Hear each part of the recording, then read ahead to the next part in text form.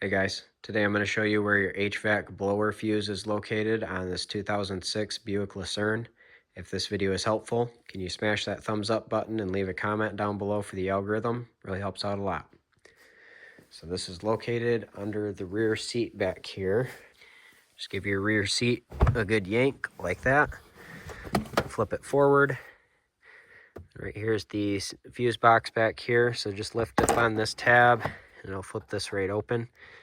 There is a diagram on the back of here. So we're looking for the J-case fuse in the number 1 slot, which is this 40 amp fuse right here. I will have some of these J-case fuses linked down below in the description where you can get them online. But this 40 amp fuse right here is for your HVAC blower. So I hope you found this video helpful.